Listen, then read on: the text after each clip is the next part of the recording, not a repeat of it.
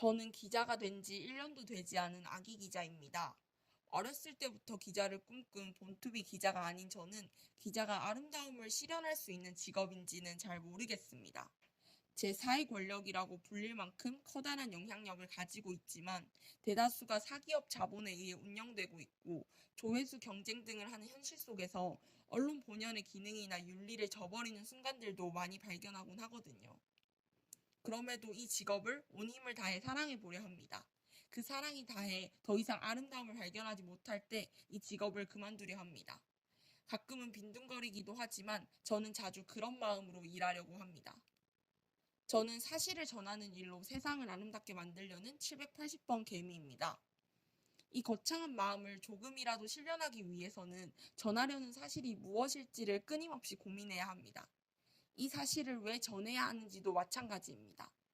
곰곰이 생각해보면 저는 사실을 전하는 일 자체에서 아름다움을 느끼기보다는 이 사실이 전할 만한 가치가 있는 사실인지, 현재 세상의 흐름에서 전달돼야 하는 것은 어떠한 사실인지, 수많은 억울한 사실 중 이 사실은 어떤 이유로 알려져야 할 사실인지를 고민한 후 사실을 전하는 일에서 아름다움을 느끼는 듯합니다.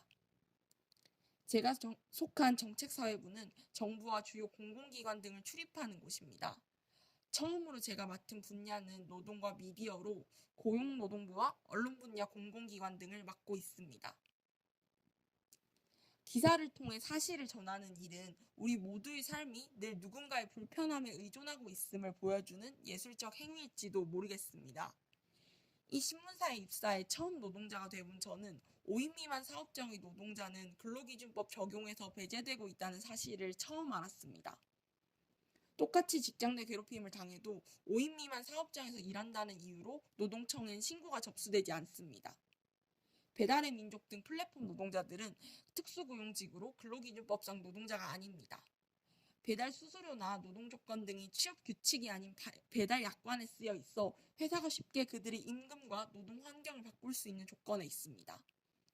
이렇게 사안들을 하나하나 이해해가며 복잡한 세상과 제도 속에서 미묘한 권력관계는 분명히 존재한다는 사실과 거기에서 나오는 누군가의 희생 덕에 내가 세상에 좀 더 안온히 발 디딘다는 아이러니한 사실을 파악하고 있습니다.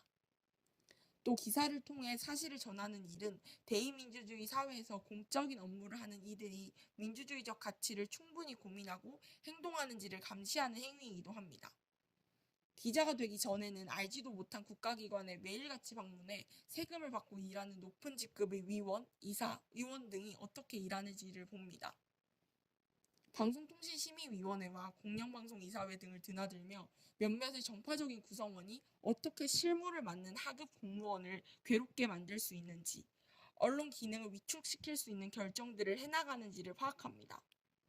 생각보다 쉽게 자신과 가까운 국민에게 유용한 결정들을 하는 그들의 행태를 담아내는 기사를 쓰곤 합니다.